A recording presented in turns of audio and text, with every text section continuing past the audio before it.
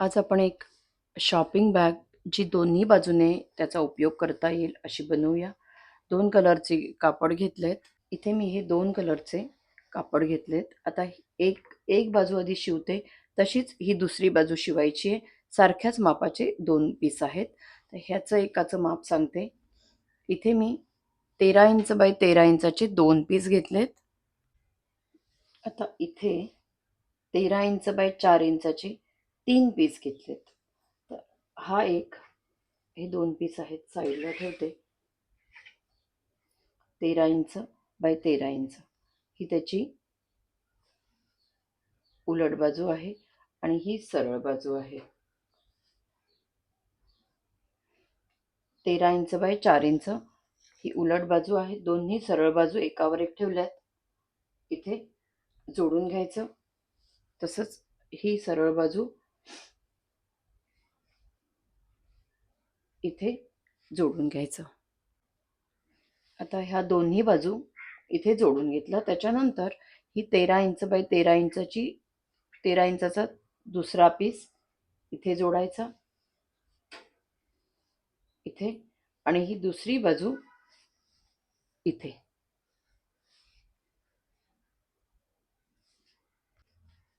आता इथे ह्या दोन्ही बाजू जोडून घेतल्यात. त्याच्यानंतर ही 13 इंचाची बाजू आहे म्हणून हा बेस 13 इंचाचा घेतलाय.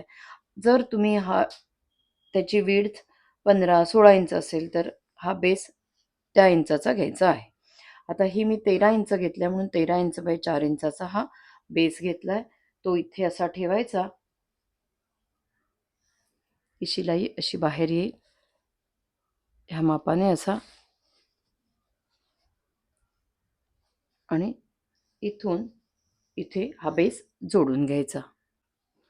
आता हा पार्ट जसा शिवून घेतलाय तसाच सारख्याच मापाचा हा पीस आहे, तो असाच शिवून घेऊया. आता इथे मी सेम साईजची ही दुसरी साईड शिवून घेतली आहे. त्याच्यानंतर या फॅब्रिकचे 4 पीसेस घेतलेत. 4 inch by 15 inch centre fold, हा असा फोल्ड केला. इकडून एक फोल्ड, इकडून एक फोल्ड, इकडून एक फोल्ड. आणि त्याच्यामुळे हा बेल्ट थोडा जाड पण झाला आहे. आतमध्ये मी काही बेल्ट वगैरे वेगळा घातला नाही आहे. हे एकावर एक ठेवून शिवून घेते दोन्ही बाजूने. असाच हा सुद्धा. तर मी इथे 15 इंचाचे 2 बेल्ट शिवून घेतलेत. बेल्ट शिवून झाल्यानंतर ह्या दोघांपैकी एक कोणती तरी साईड घ्यायची. आता ही उलट बाजू आहे, तर आतल्या बाजूला इथे सेंटर मार्क केलं. सेंटरकडून 2.5 इंच एका बाजूला, 2.5 इंच एका बाजूला, असंच इथे सुद्धा.